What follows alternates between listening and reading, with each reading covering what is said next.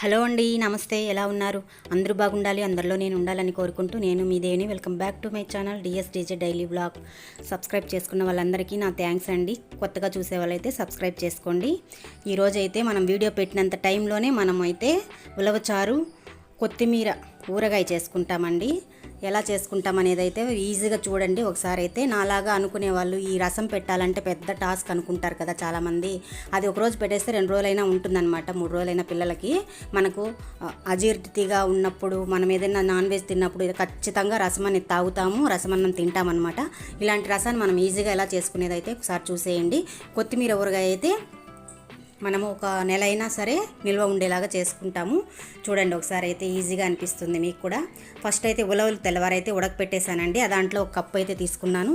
మిక్సీలో అయితే ఒక 2 టమాటాలు, తెల్లగడ్డ 4 పాయలు, జీలకర్ర 1 స్పూను, మిరియాలు 1 స్పూను, ఉలవలు పేస్ట్ చేసుకునేసానమాట. 4 ఎండుమిర్చి ఇవైతే వేసుకునేసాను. మొత్తం మిక్సీ చేసుకొని ఆయిల్ వేసి పోపు వేసుకున్న తర్వాత ఇంగువ అయితే కొద్దిగా లాస్ట్లో వేస్తున్నానండి. ఇంకైతే మనం ఆ పేస్ట్ అంతా కూడా ముద్దలాగా వస్తుందన్నమాట. మనమైతే నూనె వేసుకొని ఇవంతా అయితే బాగా వేయించేసుకున్న తర్వాత రసం కూడా చిక్కగా ఉంటుందండి. ఉలవచారు అయితే ఈ చలికాలంలో చాలా మంచిది ఆరోగ్యానికి కూడా. ఒకసారి అయితే మీరు ట్రై చేయండి. ఉలవల పొడి కొట్టుకొని కూడా మనమైతే రసంలో కలిపేసుకోవచ్చు అనమాట. అలా చేసుకున్నాం అనుకోండి, ఈ చలికాలానికి బాగుంటుంది అనమాట. ఈ విధంగా అయితే రసం రెడీ అయిపోతుంది. ఒక ఉడికినాక మనం పాత్రలకైతే వంచుకొనేయాలన్నమాట. ఇనుమ కడాయిలో చేసేటప్పుడు ప్రతి ఒక్కటి కూడా మనం పక్కన పాత్రలకు తీసేసుకోవాలండి వెంటనే చేసిన తర్వాత. ఇంకైతే కొత్తిమీర కట్టలైతే నాకు మార్కెట్లో 10కి 2 అట్ట అన్నారనమాట. బాగునింది ఫ్రెష్గా. అయితే 2 కట్టలు తెచ్చేసుకున్నాను. దాన్ని అయితే కడిగేసుకొని బాగా క్లీన్ చేసి వలుచుకొని బాగా సన్నగా కట్ చేసుకొని కడిగేసి ఒక గుడ్డలో అయితే ఆరబెట్టుకునేసానండి. ఈ విధంగా సన్నగా కట్ చేసి ఆరబెట్టేసుకున్నాను. దానికోసం అయితే ఒక 50 గ్రాములు చింతపండు, 2 కట్టలే కాబట్టి 50 గ్రాములు, నాది కొంచెం నల్ల చింతపండు నా దగ్గర అదే ఉన్నింది కాబట్టి వేస్తున్నాను. తెల్ల చింతపండు వేస్తే తెల్లగా ఉంటుందన్నమాట పచ్చడి. కొంచెము ఇది కొంచెం నలుపు వచ్చేస్తుంది అనమాట పచ్చడి. అయితే పర్వాలేదు, అయినా మంచిది ఆరోగ్యానికి. అయితే చింతపండు అయితే ఉడుకు నీళ్ళలో బాగా కడిగేసి ఉడికి నీళ్ళలో కొద్దిగా బాగా నానబెట్టుకునేసాను అనమాట.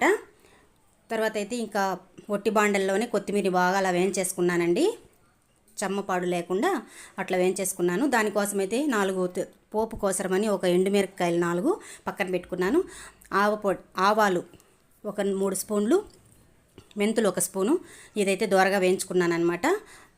నేనైతే నోట్తో చెప్పేస్తున్నానండి, మీరు వీడియో చూసారంటే మీకు క్లారిటీగా అర్థమవుతుంది. వీడియో స్పీడ్గా వెళ్ళిపోతుంది కాబట్టి అలా చెప్తున్నాను అనమాట.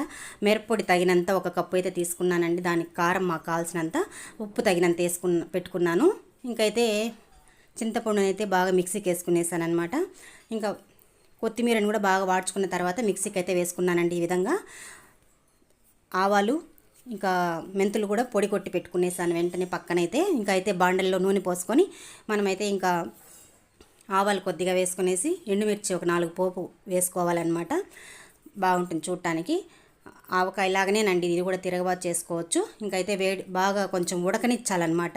మనమైతే ఈ కొత్తిమీర పేస్ట్ని, ఈ చింతపండు పేస్ట్ని 2 కలిపి మనము కొంచెంసేపు ఉడకనిచ్చామనుకోండి బాగుంటుంది. ఎందుకంటే మనం చలికాలంలో చేస్తున్నాం కాబట్టి, ఇంకైతే మనం ఆరబెట్టుకునేది అంత మాత్రమే కాబట్టి సరేని ఈ విధంగా అయితే బాగా రుబ్బేసుకొని మనమైతే ఆయిల్ కొంచెం పడుతుంది.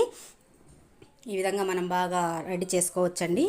ముద్ద చేసి పెట్టుకున్న తర్వాత ఆయిల్లోకి బాగా వేసి కొంచెంసేపు ఒక 2 నిమిషాలు 3 నిమిషాలు ఉడకనిచ్చాలన్నమాట. ఎందుకంటే ఆ చెమ్మ అనేది ఈడ్ చేస్తుంది. తర్వాత స్టవ్ ఆపిన తర్వాత యావ పొడి అయితే వేయాలండి. ఎందుకంటే ముందుగా వేసి కలబెట్టామనుకోండి చేదు వచ్చేస్తుంది. ఆపేసిన తర్వాత మనమైతే కలబెట్టుకోవాలి. మనం ఫస్ట్ వేసినప్పుడే మనం మిరప్పొడి, ఉప్పు అంతా కూడా వేసేసుకోవాలన్నమాట. ఈ విధంగా అయితే రెడీ అయిపోయిందండి కొత్తిమీర ఊరగాయ. చాలా బాగుంటుంది, వేడి వేడి అన్నంలో సూపర్గా ఉంటుందండి. మీరు ఒకసారి అయితే ట్రై చేయండి.